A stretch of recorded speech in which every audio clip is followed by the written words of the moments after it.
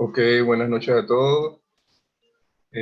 Vamos a iniciar con la presentación de este martes. Como saben, todos los martes, para los que están ingresando nuevos el día de hoy, tenemos presentaciones con diferentes especialistas.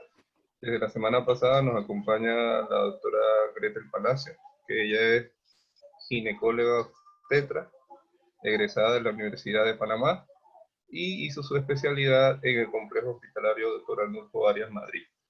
También por ahí más adelante, como la semana pasada, nos debe estar acompañando también el doctor Constantino Cerota, que también es ginecólogo obstetra, con una subespecialidad en endocrinología, que también siempre nos apoyó la semana pasada con los diferentes aspectos de la charla.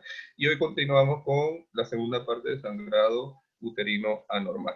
Sin más que decir, los dejo con la doctora Gretel Palacio. Gracias. Listo. Hola, buenas noches a todos. Muchísimas gracias nuevamente por la invitación. A los que no nos acompañaron el martes pasado, estamos hablando un poquito sobre sangrado uterino normal y sus diferentes causas. Ahorita pasaremos un pantallazo a lo que vimos la semana pasada y continuaremos con pues, lo que no pudimos cubrir, algunas otras patologías importantes. Pues de nuevo felicitarlos por la iniciativa de mantenerse estudiando en estos momentos difíciles para todos, pero siempre la docencia es importante, hay que mantenerse actualizado y pues la mejor manera de hacerlo en estos momentos, pues la nueva normalidad es de manera virtual, pero pues recordarles que siempre estamos a la orden para cualquier cosa que necesiten, para próximas charlas, para consultas, lo que pues pueda ayudarles a la orden. Y pues nuevamente gracias por la invitación. Voy a iniciar entonces con un poquito recordando lo que hablamos la semana pasada sobre el sangrado uterino anormal, pues recordando que es un tercio de las consultas ginecológicas van a ser por esta patología, o sea, de una de cada tres pacientes, más o menos, pues que venga a nuestra consulta, va a venir pues con esta queja. El sangrado uterino anormal, como conversamos la semana pasada, cambió de esta terminología que utilizábamos antes de sangrado disfuncional, ya que realmente, como revisamos, muchas patologías, no solamente por disfunción ovárica o disfunción hormonal, nos van a estar causando una alteración en el sangrado. Por lo tanto, debemos olvidarnos de este término y pues, utilizar el sangrado uterino anormal, ya sea para referirnos a un sangrado abundante, un sangrado intermenstrual, englobarlos en el contexto de sangrado uterino normal y tratar de evitar, como pues, revisamos la semana pasada, tratar de evitar hablar de los términos previos que ya la FIGO, la Federación Internacional de Ginecología y Obstetricia, pues eliminó como menorragia, metrorragia, que todavía pues definitivamente seguimos viendo en algunos libros y demás, pero para tratar de hablar todos un solo idioma, pues evitar utilizarlo. Y la clasificación, que fue lo que les comenté la semana pasada, que quería que se llevaran a casa sobre las causas tanto estructurales como no estructurales del sangrado. En cuanto a las estructurales, recordar PALM de palma, está la imagen ahí para que se la lleven en la mente, y coin como moneda también para referirse a las que no son estructurales o anatómicas. La semana pasada pudimos revisar las dos primeras anatómicas, los pólipos endometriales y la adenomiosis, y pues por cuestiones de tiempo y para no aburrirlos, decidimos dividir la charla para continuar el día de hoy entonces con las otras dos estructurales y hablar pues definitivo sobre las no estructurales y algunas que son un poquito más raras, no tan comunes, pero igualmente es importante conocerlas y descartarlas. Entonces, otra cosa que quiero que lleven en mente, recordando de la semana pasada, es cómo describir un sangrado uterino normal para hablar de normalidad y saber qué es lo anormal. Sabiendo definitivo que esto puede ser un poco subjetivo en cuanto a cuando interroguemos a nuestra paciente, pero es lo que más o menos se ha tratado de estandarizar para poder todos, como dije, pues hablar de un solo idioma. La duración, la frecuencia, la variación de ciclo a ciclo y el volumen de sangrado, para entonces hablar de sangrado prolongado, normal o acortado en cuanto a la duración, la frecuencia, frecuente, normal o infrecuente, la regularidad o irregularidad o ausente, y el volumen en cuanto a abundante, escaso o normal. Ya como mencioné, pues obviando los términos previos que se utilizaban como menorragia y metrorragia. Entonces, para continuar, como dijimos, pues vamos ahora a hablar de las dos patologías estructurales que nos quedaron de la semana pasada, en este caso la miomatosis uterina, o para meterlo en nuestra clasificación, nuestra mnemotecnia, la L del PALM, sería leiomiomatosis, pero indiferentemente miomatosis, fibromatosis. Esto se refiere a tumores fibromusculares del miometrio. Es un crecimiento anormal de las fibras musculares intrínsecas pues, del miometrio. Esto tiene una alta prevalencia en las mujeres. También se habla de clasificarlos según cómo estén, en qué área del útero estén, ya sean submucosos, subserosos o intramurales, refiriéndose a los intramurales los que están intrínsecos en el miometrio per se, los submucosos los que se encuentran ya más hacia la mucosa, o sea, la parte interna en el endometrio, o los subserosos los que se encuentran por debajo de la serosa regular, pues hacia la cavidad pélvica del útero.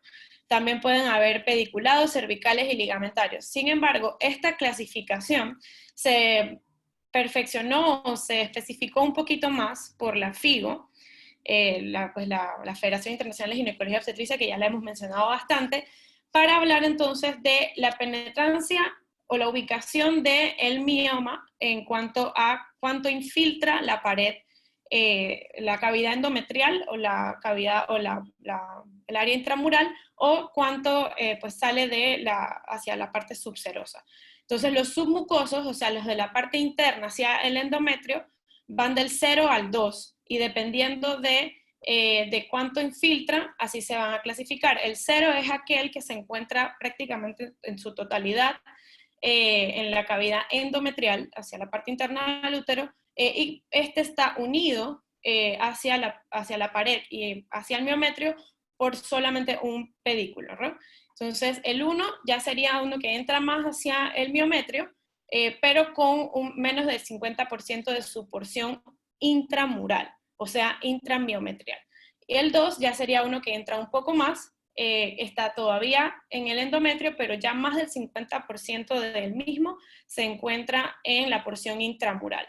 Y de ahí vamos a tener, pues, del endometrio hacia afuera hasta el 8, siendo entonces el 3 el que está totalmente intramural, pero tiene contacto con el endometrio sin penetrar en él. El 4, aquel que es completamente intramural. Ya del 5 y el 6 van saliendo hacia la pelvis, hacia la parte subserosa, el 5 teniendo aún mucha porción intramural, o sea, 50% todavía intramural, pero con una porción ya subserosa. Luego el 6, más hacia afuera, más hacia la pelvis, más de su 50% se encuentra, perdón, hay un error en esa gráfica, menos del 50% se encuentra intramural y está más hacia la pelvis, más subseroso. Ya el 7 es con un pedículo igualmente, pero completamente subseroso, unido al útero de la parte miometrial con el pedículo mencionado, y el 8 ya son miomas que se encuentran en otra localización, ya sean intraligamentarios, ya sean cervicales y demás, ¿okay? Entonces, para que se lleven la nueva clasificación de miomatosis uterina. En cuanto a la fisiopatología, es bastante interesante, ya que pues, no es simplemente un crecimiento que se da y ya.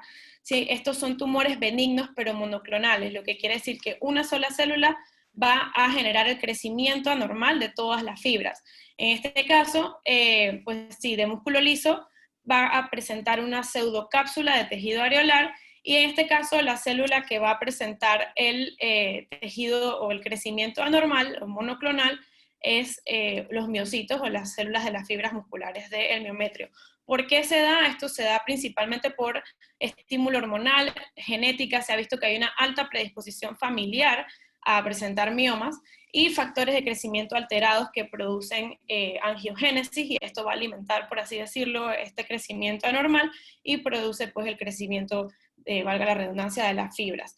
Esto se ha descubierto en diferentes estudios que tienen receptores de estrógeno y progesterona, y esta es la razón por la cual durante la edad fértil son más prevalentes, y cómo se ve pues su disminución en cuanto a tamaño y presencia en la menopausia.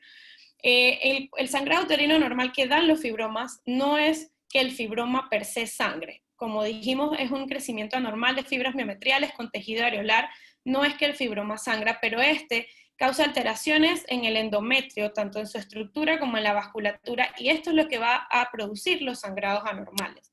Existen un montón de alteraciones genéticas que se han estudiado, alrededor de 3, 4 alteraciones, y se ha visto que 60% de las pacientes con miomatosis tienen alteraciones en sus cariotipos, desde trisomía 13, traslocaciones, y esto, como mencioné, lleva a una alta predisposición familiar. O sea, se ha visto historias de abuela, madre, hija, que todas pues presentan miomatosis uterina.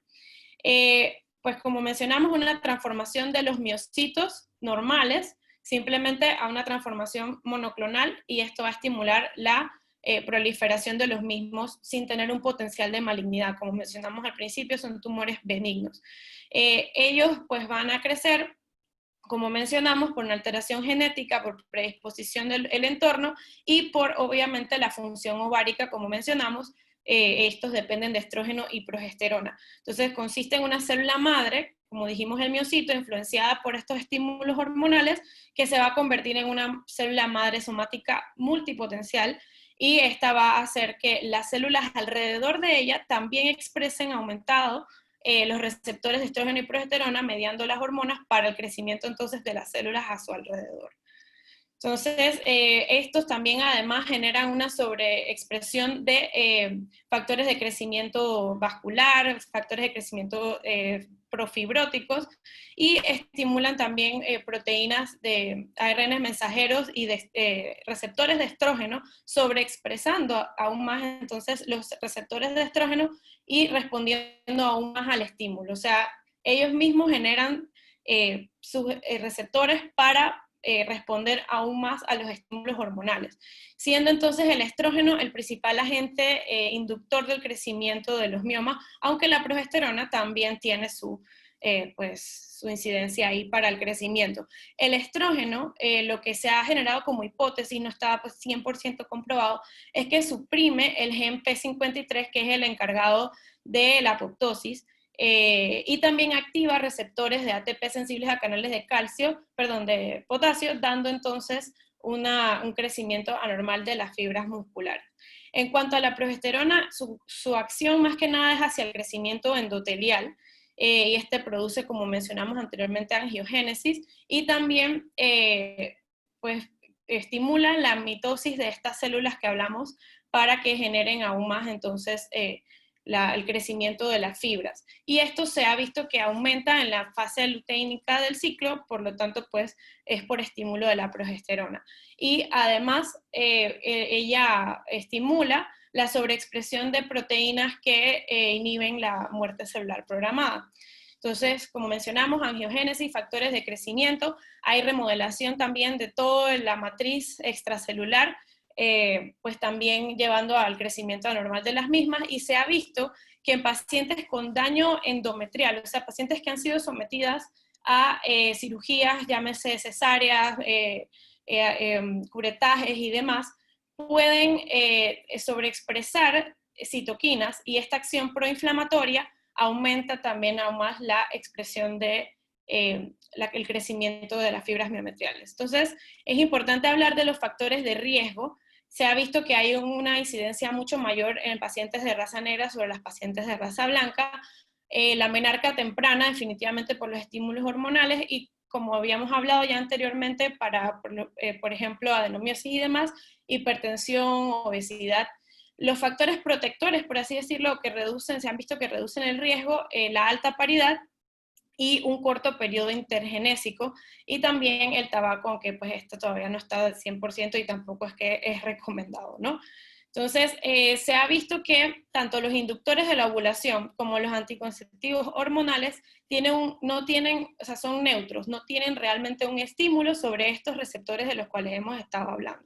Entonces, en cuanto a los síntomas, pues obvio estamos hablando de sangrado uterino normal, pero además la paciente se puede presentar con pesadez, dolor pélvico, más que nada también en aquellos que son de gran tamaño, incluso unos síntomas un poco más extraños como calambres, pero esto depende de la localización y del tamaño.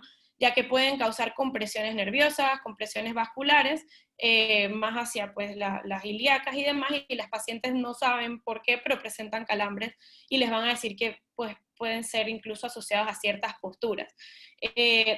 También en una gran parte pueden ocasionar infertilidad, pero más que nada esto depende de la localización.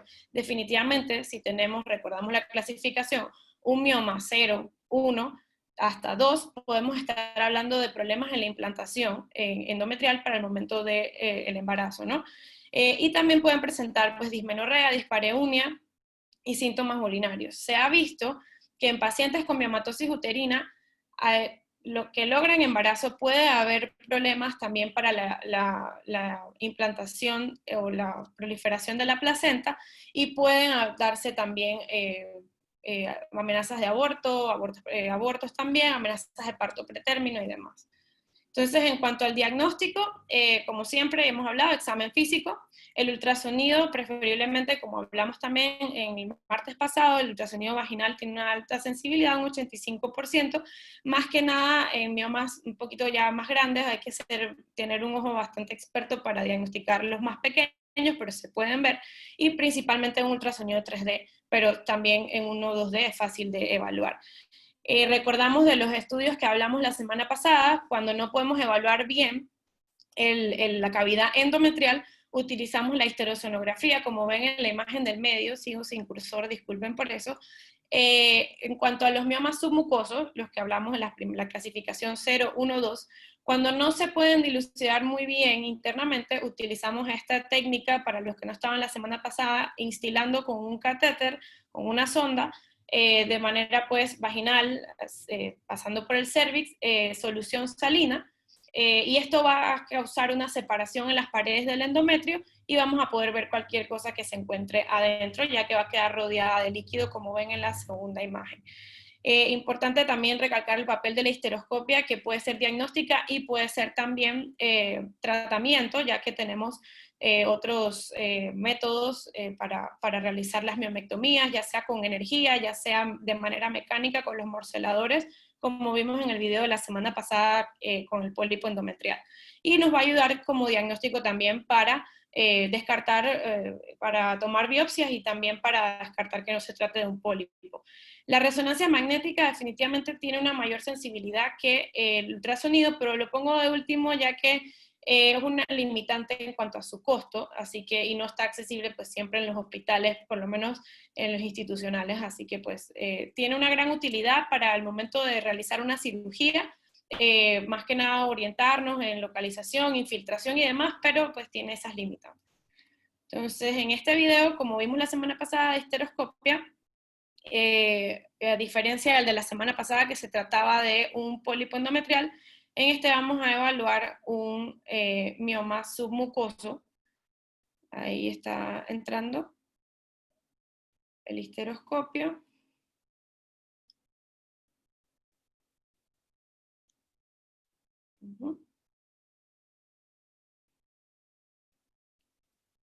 Y ahí está el mioma. Entonces, a diferencia del pólipo, que tiene una característica pues más glandular, esto pues aquí realizando una miomectomía, como les mencionaba, con energía, ¿no? El video es un poquito largo, así que era para que vieran pues cómo se puede observar el mioma a diferencia del pólipo. Entonces, en cuanto al tratamiento, los miomas no, existe una tendencia a que siempre hay que operar los miomas. Realmente los miomas se operan cuando son sintomáticos. ¿Qué síntomas? Los que ya mencionamos, dolor, pesadez, cosas que alteren la calidad de vida de la paciente, sangrado definitivamente, sangrados que molesten a la paciente o que correspondan a un riesgo para su vida.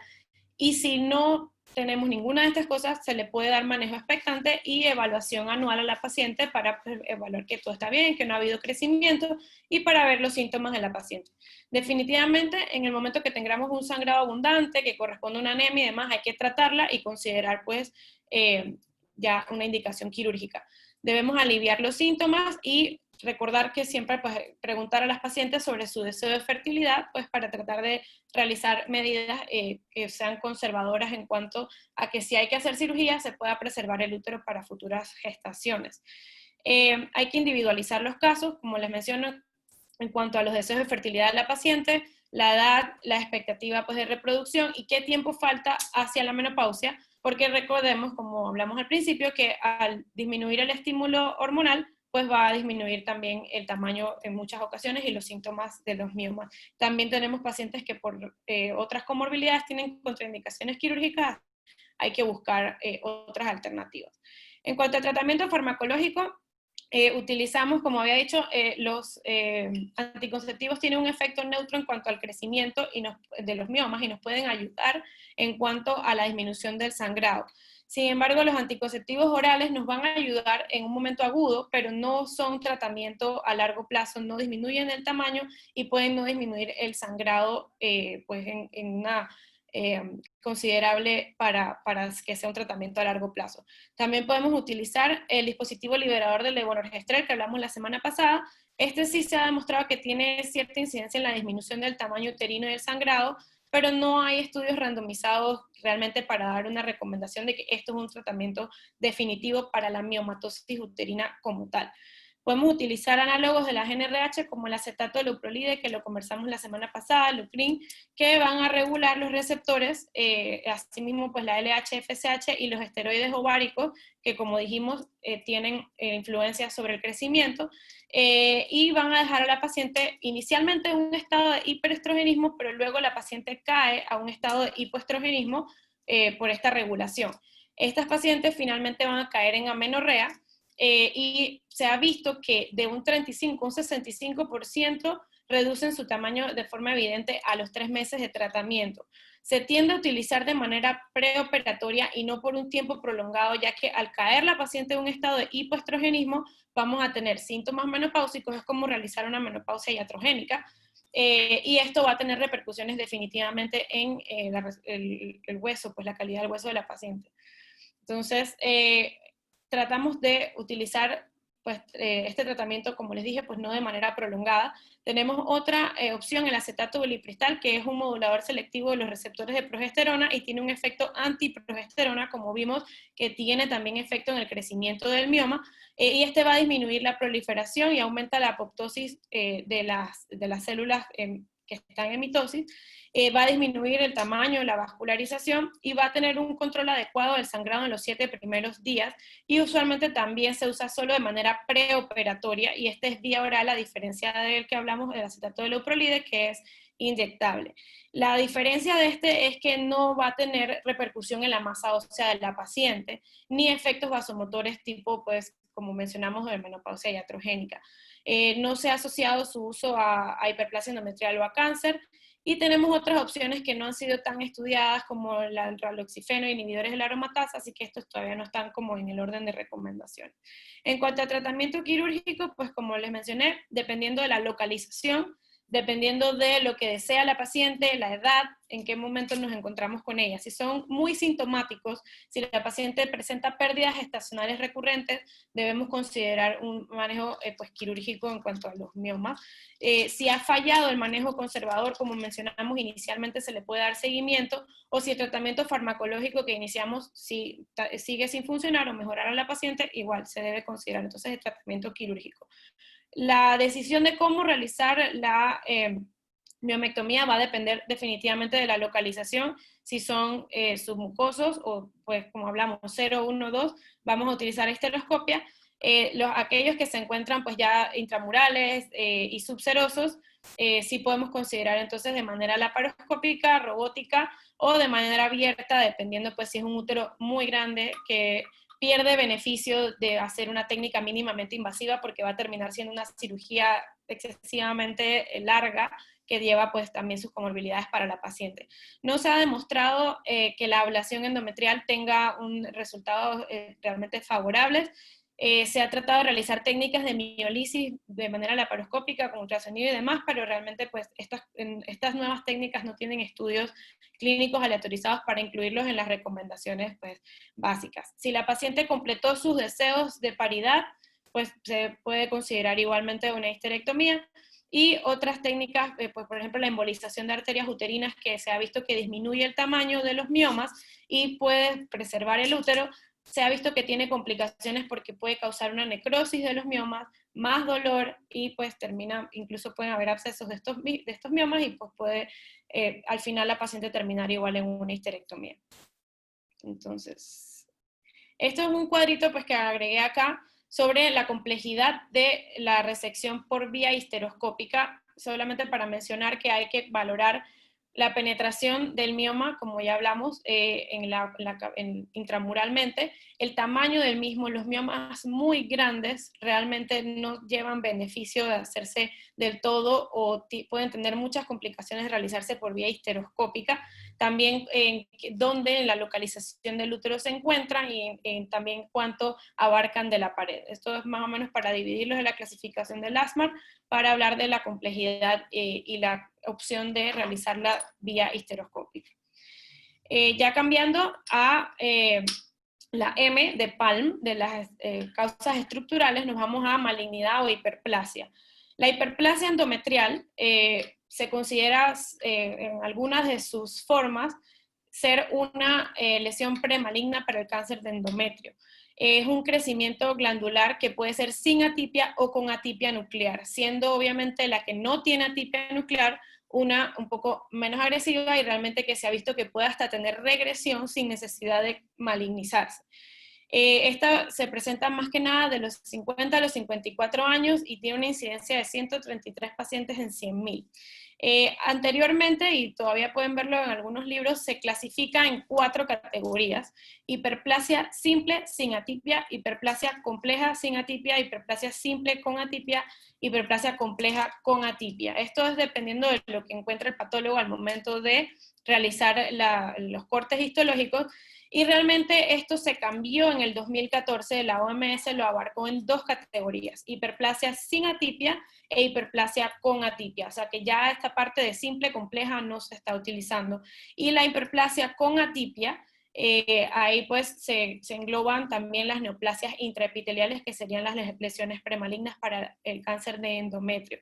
El factor de riesgo principal para desarrollar hiperplasia es la exposición de estrógenos sin oposición de progesterona. Entonces, como les mencionaba, esta es la clasificación en la cual cambió pues en 2014, el cual en la hiperplasia sin atipia abarca las hiperplasias simples sin atipia, la hiperplasia compleja sin atipia, están abarcadas en esta y son aquellas que tienen menos de 1% realmente de riesgo o un riesgo muy bajo de malignizarse. Ya la hiperplasia con atipia abarca entonces lo que antes llamábamos hiperplasia compleja con atipia, y la simple también con atipia. O sea, todo aquello que tenga atipia pues va a entrar en esta categoría, y la neoplasia endometrial intraepitelial, como mencionamos, una lesión premaligna, tiene más alteraciones genéticas al momento pues, de los estudios y puede tener hasta un 60% de coexistir con cáncer endometrial. Entonces, como les mencionaba, la hiperplasia típica es la que se considera el mayor precursor de cáncer endometrial. Tienen muchas más alteraciones genéticas y un crecimiento igualmente monoclonal. Y tenemos 2 tipos de cáncer de endometrio.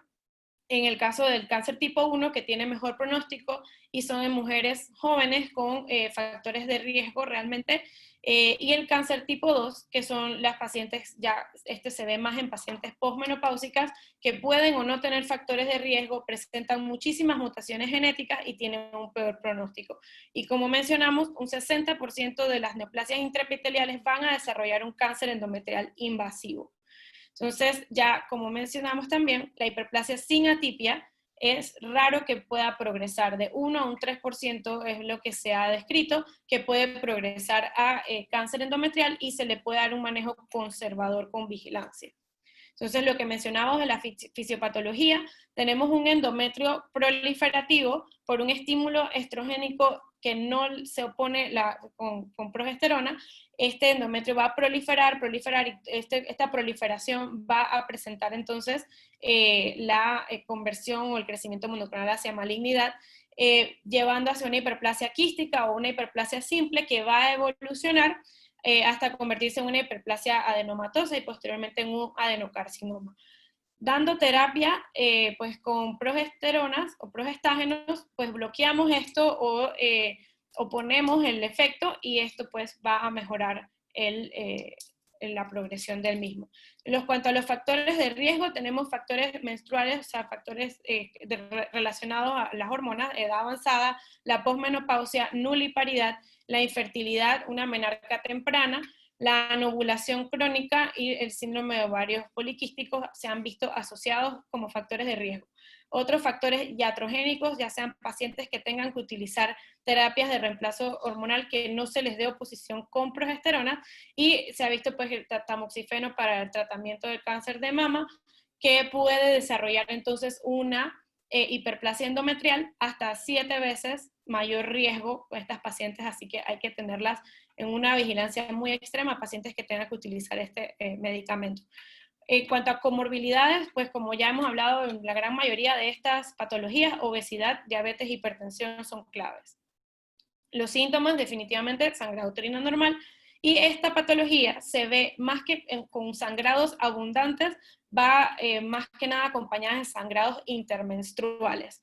En cuanto a las premenopáusicas, se ha visto que aquellas pacientes premenopáusicas que presentan sangrados intermenstruales tienen mayor riesgo, o sea, asociado a más riesgo de cáncer endometrial que aquellas que presentan solamente aumento del volumen del sangrado.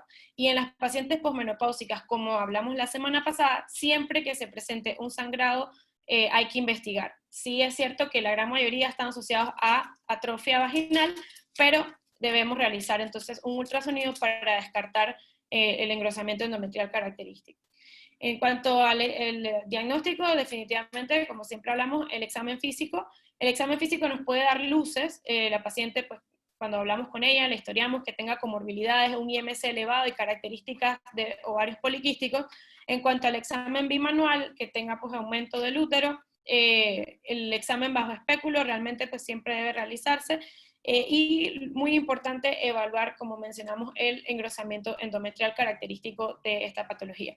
¿A quiénes vamos a realizarles biopsia endometrial? Pacientes mayores de 40 años. Se ha visto que arriba de los 45 años las pacientes pueden presentar hasta 3 veces mayor riesgo de hiperplasia y cáncer hasta 4 veces más cuando presentan sangrado uterino normal y vemos un engrosamiento endometrial, así que estas pacientes deben realizarse la biopsia. Pacientes jóvenes con factores de riesgo y a las pacientes postmenopáusicas, como hemos hablado, no se nos deben escapar.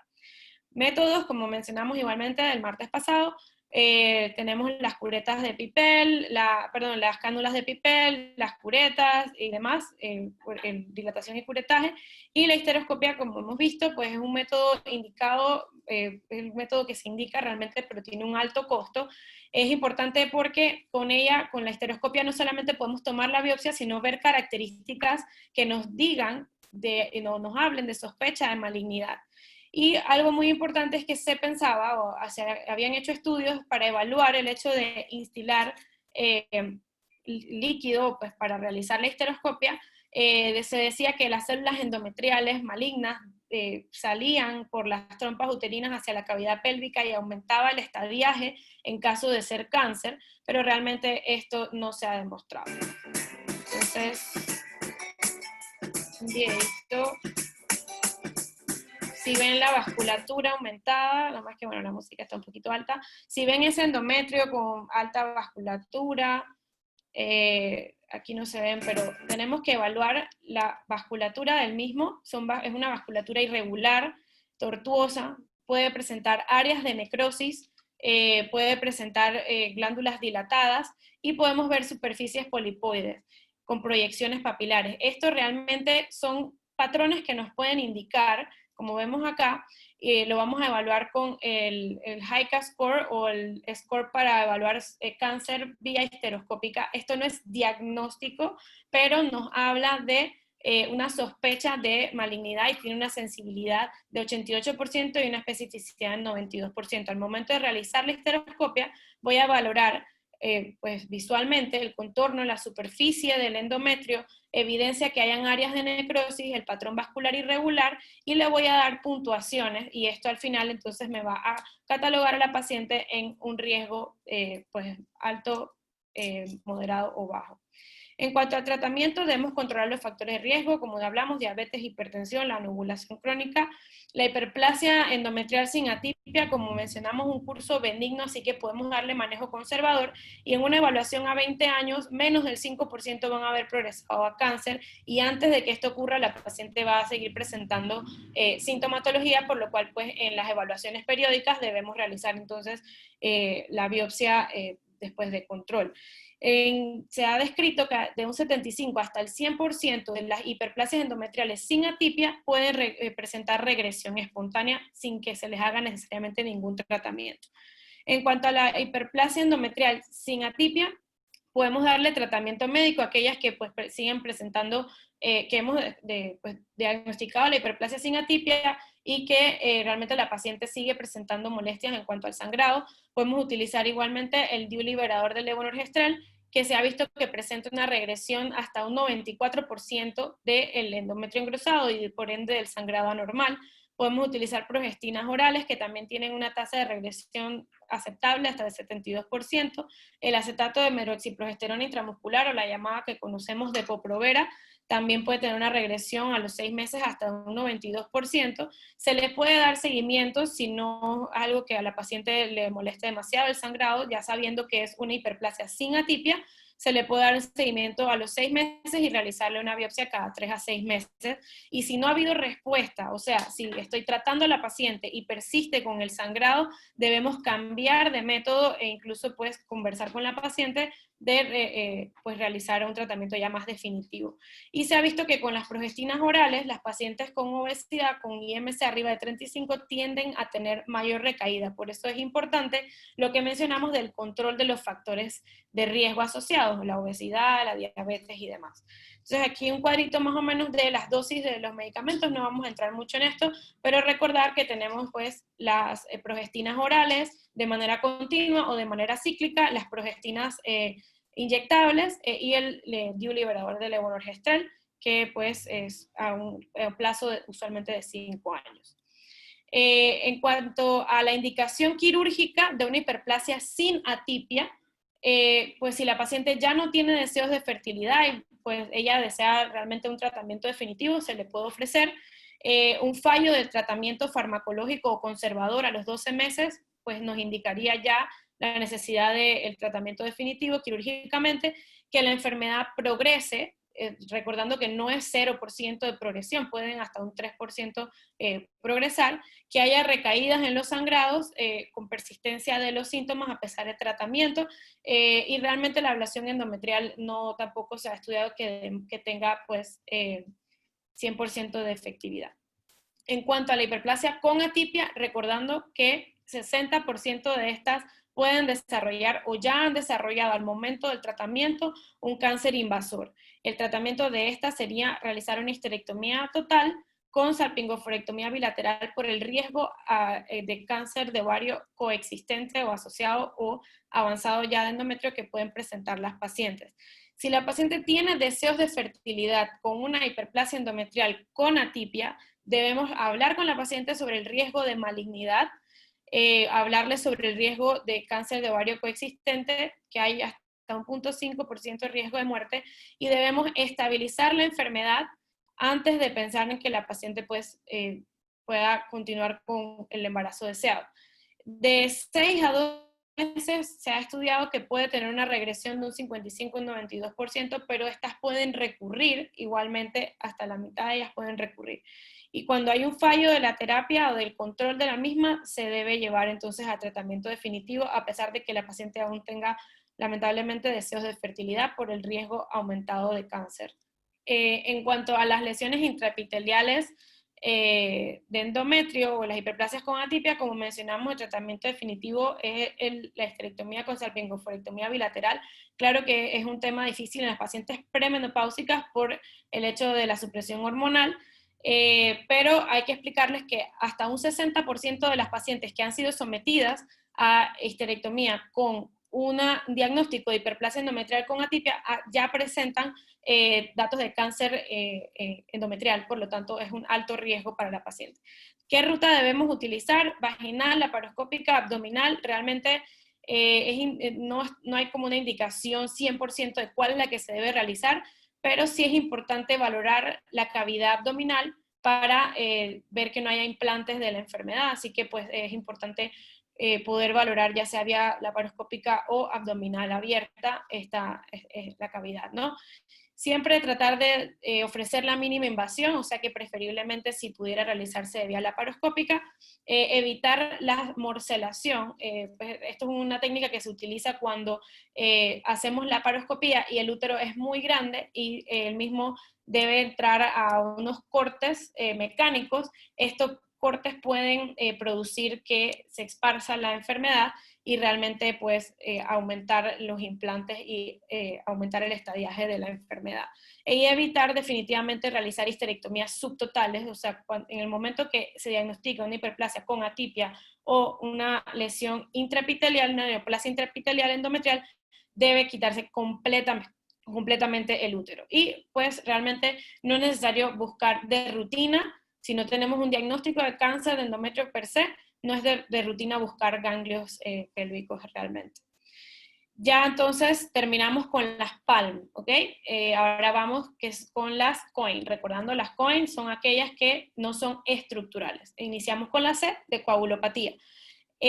Una de cada 5 pacientes puede presentar alteraciones de la hemostasia y esto nos puede llevar a sangrados indiferentemente no solamente uterinos, al momento pues se le interroga a la paciente por sangrados gingival y demás. Es importante destacar que no solamente por el hecho de tener una coagulopatía, ya yo debo decir que esa es la razón del sangrado de la paciente. Hay que buscar las causas estructurales, ya que como mencionábamos, muchas de estas pueden coexistir y realmente la paciente puede tener una causa estructural, una miomatosis o una hiperplasia, y el hecho de tener una coagulopatía entonces puede empeorar esta patología preexistente. En este grupo de pacientes van a entrar las pacientes que utilizan anticoagulantes. A pesar de que se puede decir que el sangrado es iatrogénico por el uso del medicamento, la FIGO cuando hizo esta clasificación introdujo a estas pacientes realmente en este grupo de pacientes. Pacientes que usan medicamentos pues, anticoagulantes entran en esta clasificación de coagulopatía. En cuanto a las coagulopatías más comunes, pues la enfermedad de von Willebrand es la principal, y de segundo tenemos las disfunciones plaquetarias per se. También pueden haber adquiridas como el uso crónico prolongado o abusado de los AINES, la lesión renal aguda, alteraciones hepáticas, la dieta, todos estos preparados, como mencionamos el ginkgo biloba, todas estas cosas que alteran la coagulación, y el consumo plaquetario en aquellas pacientes que tengan sangrados abundantes por otra razón. Al consumir plaquetas, pues pueden iniciar con sangrados en otras áreas. Interrogar, como mencionamos, pues mucho a la paciente por historia de problemas de trauma, historias de sangrados abundantes cuando han tenido traumas, posparto, incluso pues como mencionamos al momento de lavar los dientes, historias de transfusiones, ingestas de suplementos, ingestas pues de la dieta, alteraciones endocrinas, alteraciones renales, del hígado, como pues podemos ver en esta tablita, y la historia de petequias y equimosis es importante también al momento de evaluar a la paciente. ¿Qué laboratorios debemos mandar o qué debemos investigar? Definitivamente un hemograma completo, tiempos de coagulación, ya si sospechamos pues de alteración, los factores de von Willebrand, pedir frotis de sangre periférica, agregación plaquetaria, todas estas pues plasminógeno, perdón, y todas estas causas hematológicas para descartar. En cuanto al tratamiento, siempre estabilizar a la paciente. Estas son pacientes que pueden llegar sangrando abundantemente, hay que tener un manejo agudo del sangrado. Definitivo, si necesitan transfusiones sanguíneas, ofrecerlas, y medicamentos antifibrinolíticos. También podemos, además, pues, utilizar medicamentos de manera temporal, llevar a la paciente, si es necesario, a una dilatación y curetaje para pues, raspar todo este endometrio que está sangrando abundantemente, tamponar a la paciente y, como vemos en la imagen de la derecha, la embolización de las arterias uterinas, que pues, puede corresponder un tratamiento tanto temporal como permanente, dependiendo de cuál sea el método con el que se realice la embolización. Y siempre consultar a la paciente por sus deseos de paridad, ya que si estos métodos fallan, indefinidamente la paciente va a tener que ir a una histerectomía. Entonces, para el tratamiento agudo, la paciente que llega en el momento sangrando abundantemente, tenemos estrógenos conjugados de manera intravenosa, tenemos las píldoras monofásicas de anticonceptivos, las que tienen pues principalmente 35 microgramos son las que preferimos y se van a dar en altas dosis, esto lo mencionamos también el martes pasado, inicialmente dándole 3 tabletas a la paciente, o sea 3 veces al día, por 7 días y lo vamos a ir pues luego decalando. También podemos utilizar las progestinas orales. En cuanto ya a la O de Cohen, la ovulación o disfunción ovulatoria, vamos a ver que la paciente puede caer con sangrados irregulares al presentar una anovulación, puede caer también en amenorrea. Entonces, cualquier disfunción ovulatoria me va a causar una alteración en el patrón del sangrado. Esto se puede dar en cualquier momento de la edad reproductiva, pero es más común hacia los extremos, hacia la menarca y esto más que nada son por alteraciones del eje hipotálamo, hipófisis y ovario. Tenemos que descartar siempre en sangrados irregulares en pacientes en edad fértil, embarazo, hay que descartar infecciones, hay que descausar causas anatómicas de las que ya hemos mencionado. Entonces, recordando que cualquier alteración en la ovulación me va a alterar las concentraciones de estrógeno y progesterona, las cuales también tienen una actividad en el endometrio. Entonces, al no presentar la ovulación, podemos presentar entonces alteraciones de la fase secretora del endometrio, podemos tener un endometrio que prolifera demasiado y posteriormente entonces va a tener un sangrado abundante o irregular.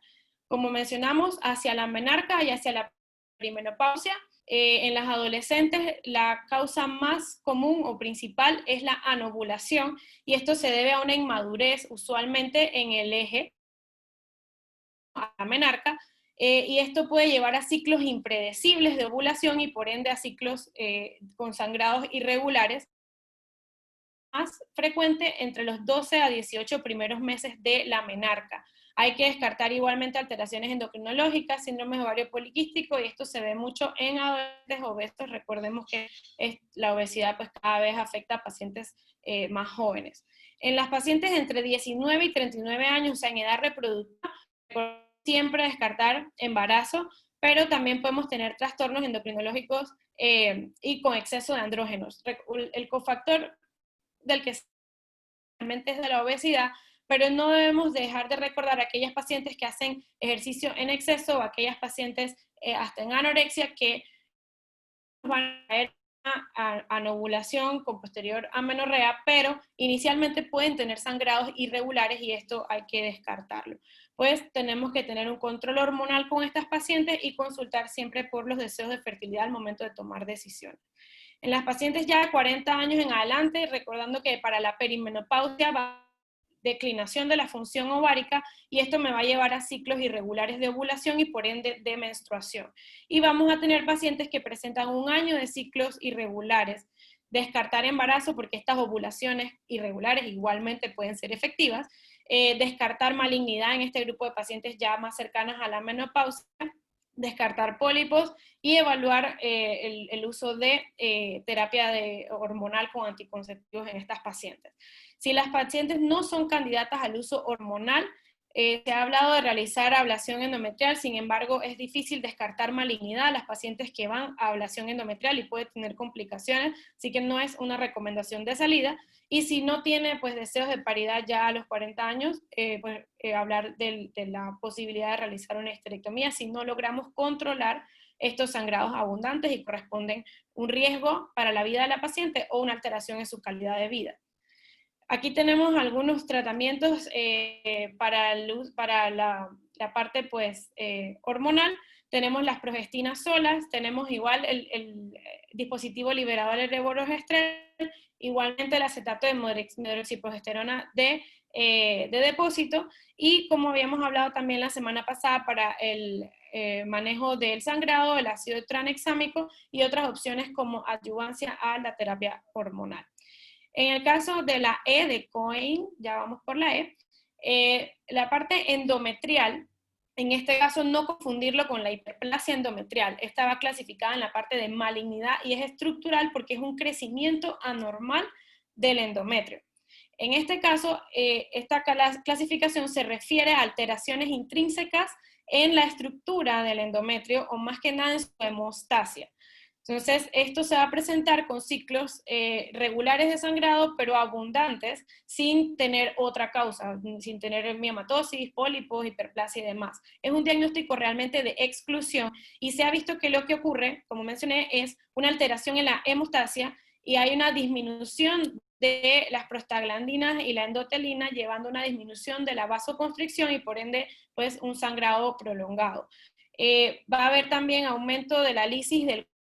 Vemos que el endometrio eventualmente se forma un coágulo para, pues, cesar el sangrado, y va a aumentar su lisis por aumento del activador del plasminógeno y va a llevar a sangrados prolongados y abundantes. También aumenta las prostaglandinas y las prostaciclinas, lo que va a llevar a una vasodilatación, y esto sumado a la disminución de la vasoconstricción y a la lisis del coágulo nos va a llevar entonces a los sangrados.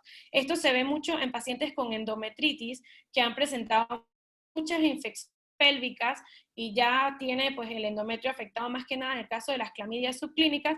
Esta paciente, más que presentarse con la clásica presentación de olor, de secreción, de dolor pélvico, se van a presentar con estos sangrados inexplicablemente abundantes. Y en cuanto a las causas iatrogénicas, ya para ir terminando, tenemos que todo lo que nos afecte el eje hipotálamo, hipófisis, ovario, todo lo que presente una alteración endometrial me va a llevar a una alteración de los sangrados y de la ovulación y por ende de los sangrados, y esto también se puede ver asociado al uso de anticonceptivos, mayormente con las progestinas, también el dispositivo liberador de levonorgestrel o también las T de cobre conocidas famosas pueden llevarnos alteraciones de los sangrados, y esto es de manera iatrogénica, ya que es el uso de un medicamento que me está alterando, pues, la función, o en el caso del dispositivo, algo mecánico que me está alterando el sangrado del endometrio. Por ende, pues en estos casos lo que se recomienda es cambiar de método o cambiar, pues, este medicamento que estemos utilizando. También se ve mucho en las pacientes que utilizan anticonceptivos orales y tienen mala adherencia al tratamiento, o sea, utilizan las píldoras, se toman 2, 3, se saltan dos días, etcétera. Esto nos puede llevar a sangrado, y también la interacción de los anticonceptivos con otros medicamentos, algunos anticonvulsivantes y demás, que nos pueden bajar la efectividad o las concentraciones plasmáticas de los anticonceptivos, de las hormonas, y esto nos va a llevar entonces a sangrados irregulares, pero a consecuencia de la interacción medicamentosa. Y en las no especificadas, pues realmente son aquellas que ya buscamos todo y no se encasillar. Incluso se habla de malformaciones arteriovenosas, la endometritis crónica mencionada, pero realmente estas ya son, como su nombre lo dice, no especificadas y descarte. Entonces, para concluir las dos charlas de estos 2 martes, recordar que el sangrado uterino normal es una patología que puede ser multifactorial, o sea, no enfocarnos en una sola cosa, y debemos descartar todas las causas probables, tanto estructurales como hormonales. No olvidarnos de que pueden haber otros factores asociados a los cambios del patrón menstrual de las pacientes, como el estrés, la alimentación, otros medicamentos, y hay que interrogar a la paciente de qué está pasando ahora, que no pasaba antes, por lo cual hay una alteración entonces en su patrón menstrual. Siempre evaluar qué es lo normal para la paciente. Claro, hemos descrito los días normales que debe tener un ciclo, cuánto debe ser un ciclo normal, pero recordemos que hay pacientes que se salen de lo que llamamos normal, y esto no corresponde necesariamente a una alteración ni para su vida, ni un riesgo, ni tampoco corresponde a algo que a ella le afecte su calidad de vida, y no debemos ir a tratar patologías pacientes. Así que pues siempre conversar con la paciente sobre qué le conviene igualmente, y siempre tratar de dar el manejo menos invasivo y con menos riesgo de complicaciones. Muchísimas gracias. ¿Dudas? Muchas ¿Preguntas? gracias, doctora Palacio. Entonces, abriremos el espacio para las preguntas. Si alguno de los chicos tienen preguntas, pueden escribirla o la pueden hacer de manera oral. Aprovechando que el doctor Constantino está por aquí, quisiera hacerle una pregunta. No, Eh, el doctor me escribió. ¿Aló? No había, no estoy. ¿Aló? ok, ¿Me escuchas? sí, Para una pregunta. sí, sí, sí. Ah, hola, doctor. Ok, eh, doctor, ahí la doctora Palacio habló de la obesidad. ¿Cómo se relaciona, para los chicos, cómo se relaciona esa grasa corporal en exceso con estos trastornos, principalmente de sangrado uterino anormal, de manera fisiológica o endocrinológica? Mira, lo que pasa es que la obesidad afecta varios niveles. Y uno de ellos tiene que ver con la insulinoresistencia, que probablemente es el más importante. Esta insulinoresistencia afecta la calidad de la ovulación en las pacientes. Entonces, al tener ovulaciones no exactas o muy débiles, ya empiezas a tener alteración en los patrones de sangrado. Otra cosa que sucede con la obesidad es el aumento de la grasa visceral generalmente. Y esta grasa es proinflamatoria, haciéndote una serie de cascadas en lo que es coagulación que va cambiando. Y aparte, esta grasa también hace una aromatización periférica de los andrógenos, tanto ováricos como suprarrenales. Entonces los niveles de estrógeno en sangre también están variando. Entonces, por una serie de elementos extra, o sea, más todavía, el ambiente hormonal no está estable en las pacientes. Especialmente la grasa visceral, no la grasa femenina, que en algún momento llega y te afecta, pero más es la grasa visceral.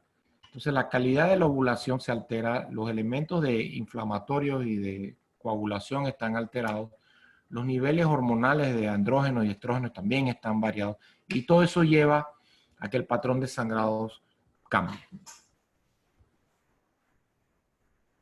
Ok, gracias, muchas gracias, doctor Constantino. Doctora Palacio, para los chicos, le llega una paciente con un sangrado uterino anormal. ¿Qué es lo primero que tienen que hacer ellos? ¿Qué es lo primero que tienen que pensar o qué es lo inmediatamente que tienen que hacer? Inicialmente, bueno, realmente primero evaluar a la paciente en cuanto a su estabilidad hemodinámica. Recordemos que los pacientes pueden debutar con un sangrado abundante agudo sin necesariamente haberlo presentado anteriormente y en el momento de esto corresponder un riesgo para su vida. Evaluar signos vitales, todo lo demás. Luego de evaluar que la paciente se encuentra bien o estabilizarla, ver a qué paciente me enfrento, qué edad tiene la paciente, en qué grupo la voy a catalogar. ¿Es una paciente en edad reproductiva? ¿Es una paciente perimenopáusica, posmenopáusica? ¿Es una adolescente? En pacientes de edad reproductiva, inicialmente descartar embarazo es la causa, pues una de las causas más comunes de sangrado, y luego de ahí realmente, ¿no? Entonces, importante evaluarla inicialmente, estabilizarla y pensar para ir descartando pues en el algoritmo mental que uno debe hacerse, qué patologías debo buscar. Todas estas patologías de las cuales hemos hablado hay que descartarlas.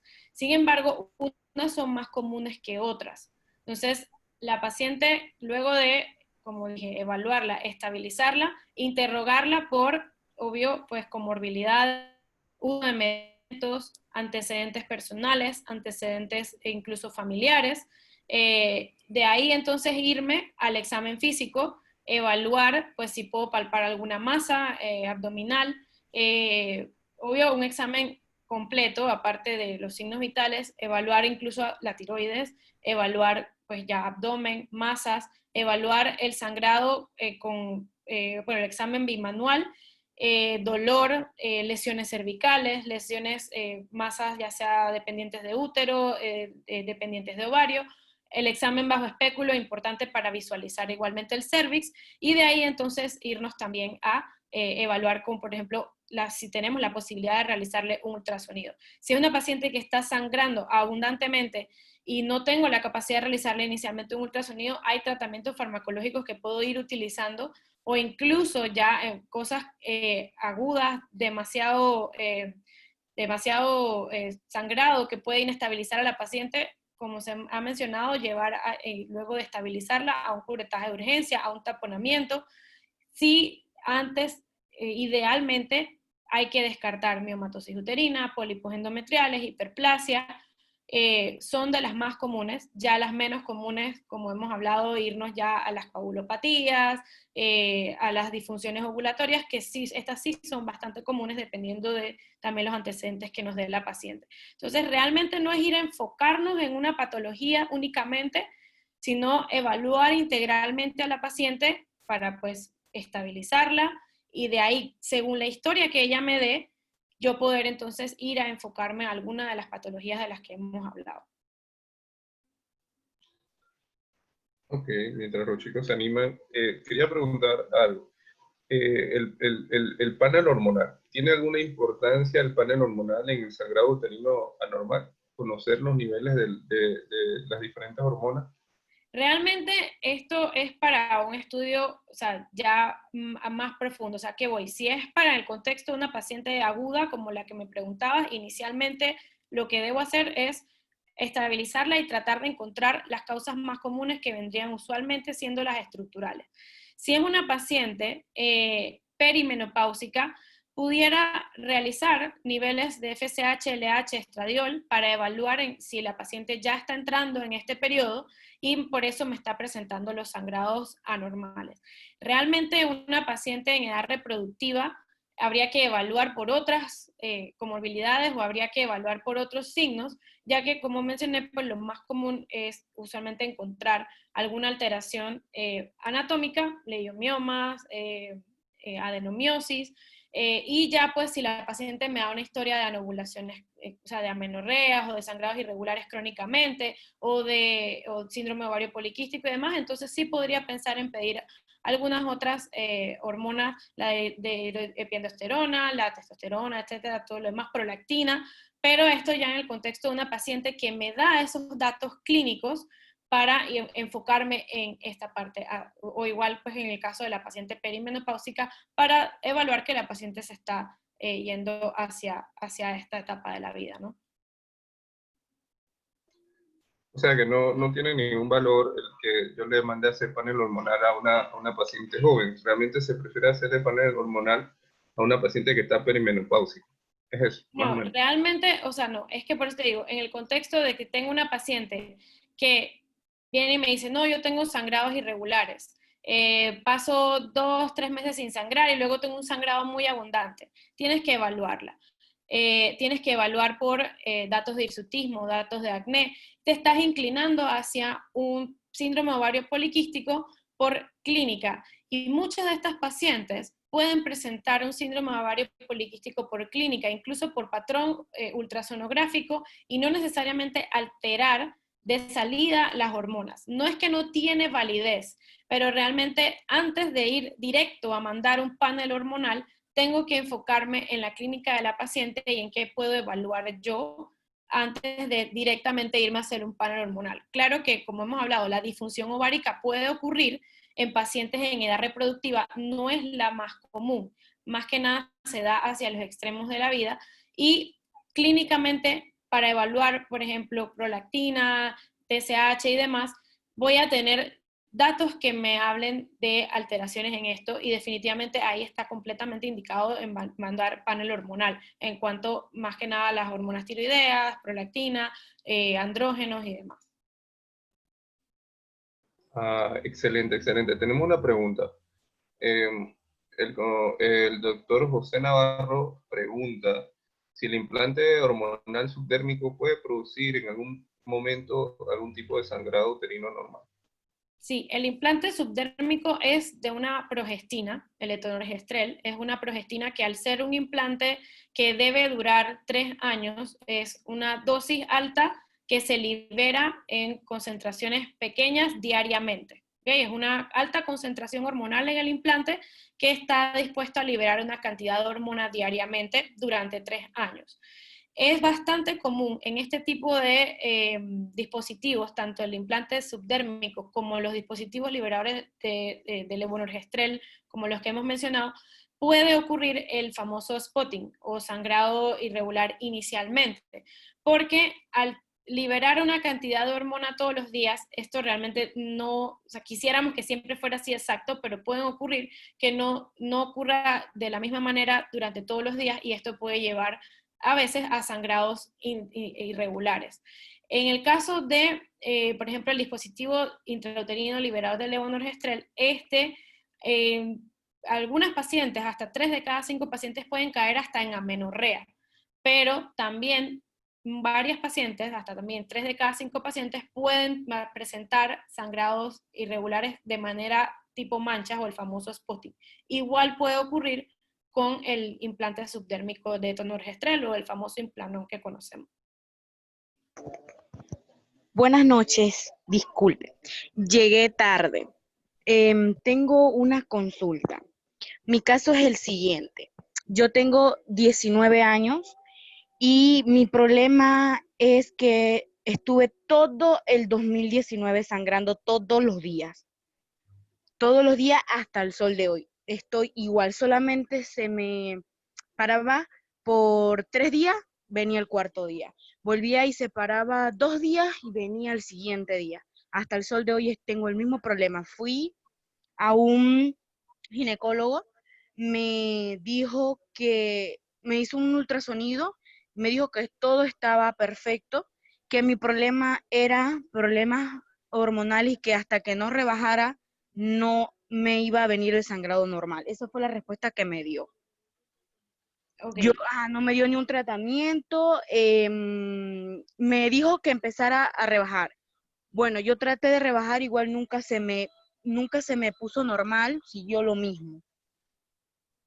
Ok, realmente, como estuvimos discutiendo con el doctor, bueno, no te puedo evaluar físicamente realmente, pero sí es bastante común, caso de las pacientes, y más común en pacientes con IMC arriba de 35, que esta pues grasa, principalmente grasa visceral, haga una alteración en cuanto a la ovulación, ya sea por la insulinoresistencia o la aromatización externa, o sea, por parte de la grasa de estrógeno. Entonces, esto me va a llevar a ciclos de ovulaciones irregulares e incluso ciclos anovulatorios, y al ocurrir esto puede también darse un crecimiento del endometrio en estos ciclos anovulatorios, al no tener la estimulación en el endometrio, crecer demasiado el endometrio y sangrar abundantemente. Esto puede ocurrir. Igualmente puede ocurrir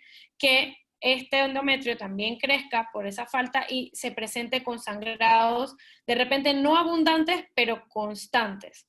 Entonces, esto se ha descrito que al disminuir 10% del peso de la paciente, se van a regular estos factores.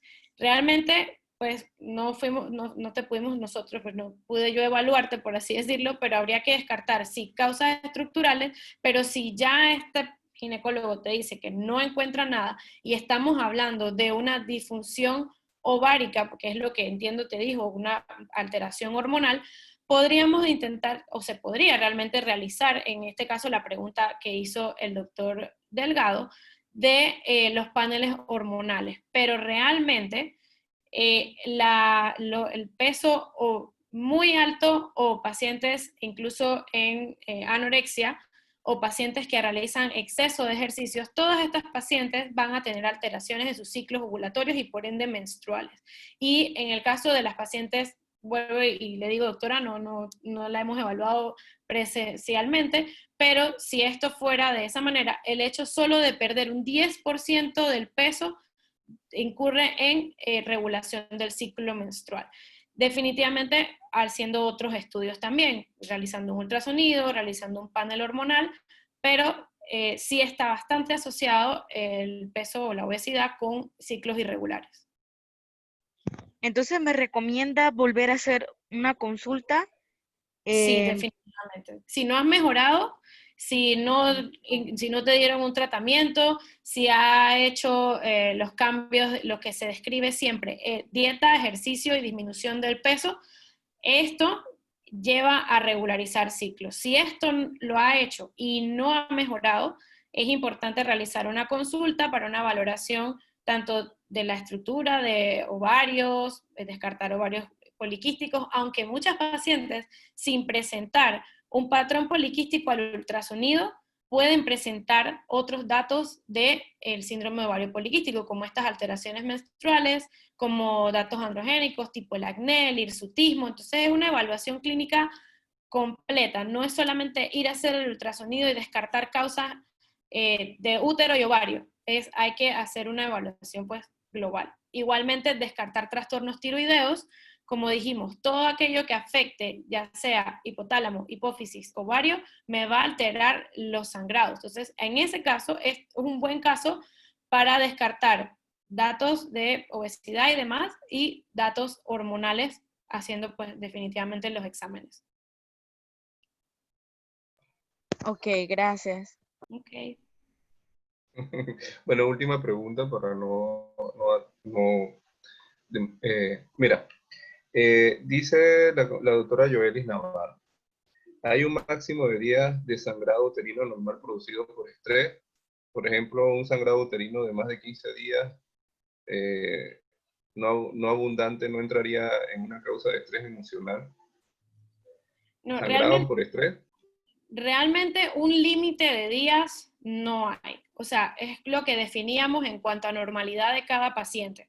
Si esta paciente sangra 2 días y eso es normal para ella, y en el siguiente ciclo sangró 10 días, eso puede ser normal para otra paciente, pero para esta paciente no.